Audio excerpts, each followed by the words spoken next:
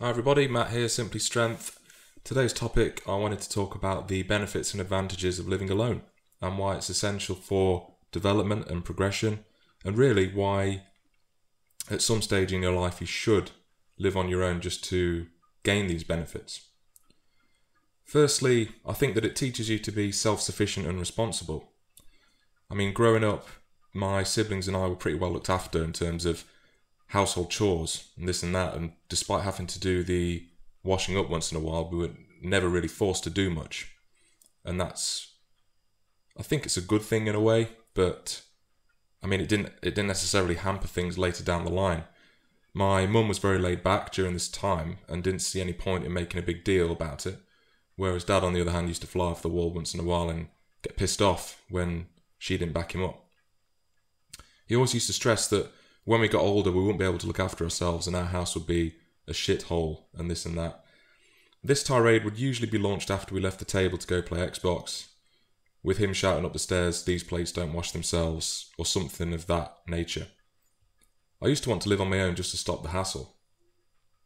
And now I do. So that's great. Fortunately, when I did get a place on my own during university, I was miraculously able to fend for myself, contrary to what he used to say. Having never really cooked, cleaned or done my own washing, I taught myself and just got on with it. And now I actually enjoy doing these tasks. I like pleasing myself, so listening to music, having a YouTube video on in the background whilst I clean the kitchen. I like hoovering the place. In the past, when living at the family home, I was a bit OCD anyway with regards to books, DVDs and games, and that they all have to be organised in a certain way, as well as neat and tidy on the shelf. And I do see this as a good thing and not always a drawback. And I've essentially built on that with my responsibilities now that I'm renting my own apartment. Now, if you're like I was and didn't have to do much growing up, you can either go one of two ways, in my opinion, when you move out. So you'll either live in a complete dump and everything will get out of hand, you'll probably get complaints or get thrown out by the landlord, etc. Or you can learn to take care of yourself and be responsible purely because you have to. And there may be some points in between those two extremes, but you get the idea. There's this notion I've found that as men in particular, we need someone to, quote, look after us or keep us on the straight and narrow. And recently, in the past week, I've seen a couple more acquaintances of mine tie the knot in marriage. They really are dropping like flies. It does make me feel genuine sorrow, and I don't even particularly like one of the guys. But I'd like to reinforce the view that as men, many of us can take care of ourselves and thrive on doing the cooking, cleaning, washing, taking out the trash, etc. I think sometimes that women especially make a big deal out of it, as if it's some kind of massive, a massive task, a big chunk of life, when actually if you set your mind to it and just get it done and get it dusted, it's done in seconds, minutes. It's not, an all-consuming pastime. And although it was difficult at first when I moved out, purely because the silence hits you like a storm, metaphorically, after a week or two of adjustment, you really wouldn't change it for the world. I think the initial shock was due to the fact that I'd spent all of my life in a generally busy household. Not without its share of arguments at times, many concerning my dad, but there was always company all of the time. And when that's gone, it's difficult to become accustomed to the silence and, listening to your own thoughts. Within a week, though, I'd completely adjusted and grown used to the fact, the unbridled, undisputed freedom that is achieved from living alone. In fact, it puzzles me now that certain people can't stand to be alone throughout their life. They're always looking for a new partner, always have to be around people. Certain people have to be looked after. And this statement is demeaning in a way, in that to suggest I need looking after insults my ability to take care of myself and insults many other people. Nothing beats getting home to an empty apartment and having the place to myself. I enjoy my own company and have so much on my plate with work, hobbies, passions, life goals, and so on, that I really don't have time to have a full house. If I came home to a wife, kids and all that, my life would truly not be mine. I wouldn't be able to listen to music when I want, watch what I want, when I want, work until the early hours, and the like. I mean, even when growing up, I wouldn't be able to lie in beyond a certain point because someone would come and wake me up. Whereas now, I can work until sometimes even 3 a.m. and I know that's not necessarily beneficial for health, given that that is something I have a massive interest in. I just have a lie in the following day, because once I get into a rhythm with my work, I really don't want to put an end to that. I want to carry it through and be as productive as possible. I mean, living alone, literally every day is a new challenge, a new surprise. I don't know what I'm doing or where I'm going, and it's so reassuring to know that I am the captain of my own ship. I've heard many stories of married guys who never have any time to themselves. They're tired all the time. They have their off days decided for them. They can't just do nothing.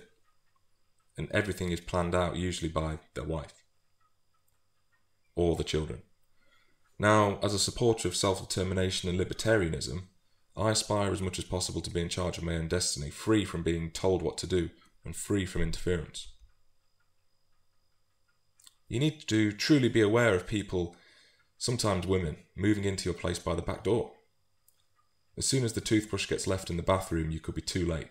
I'm not against dating, not at all, and I'm certainly not against women. My own philosophy is very similar to Louis Marco's, in that I will never move in with a woman and certainly won't ever get married. When I was at university, I would sometimes go to a friend's place after our weightlifting training.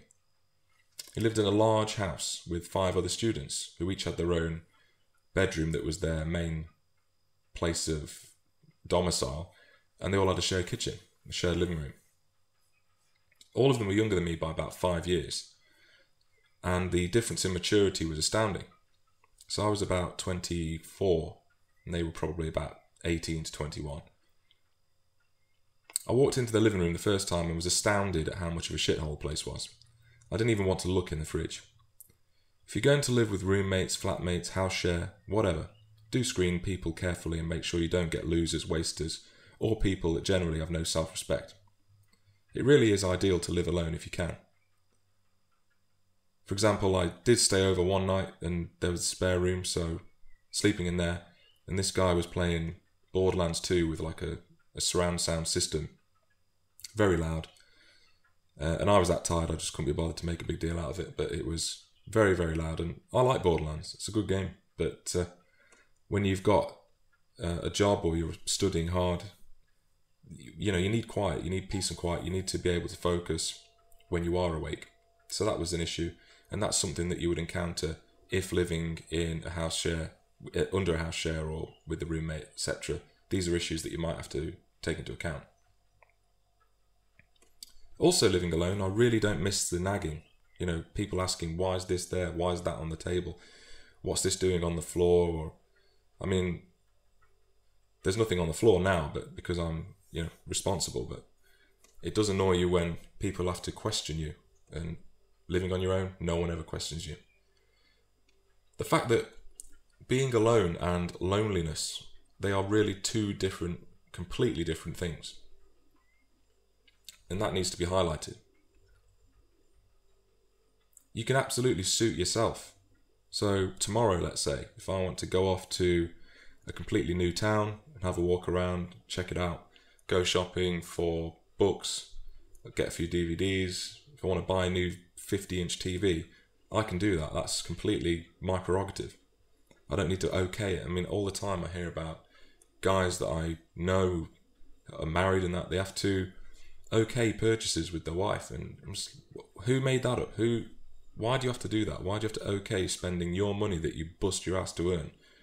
I mean, you should be able to totally divert that into anything you want, obviously once you've sorted out any necessary obligations.